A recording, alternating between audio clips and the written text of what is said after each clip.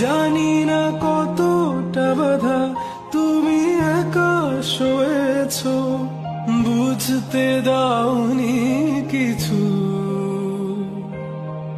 আজ আমি হয়েছি বড়, নিজের মতো করে বুঝি সবই।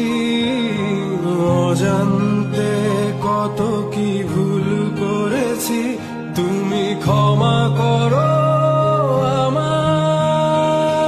বাবা তুমি আমার যত খুশির কারণ, বলো তো। জানি না কতটা বাধা তুমি একা সয়েছ, বুঝতে দাওনি কিছু। আজ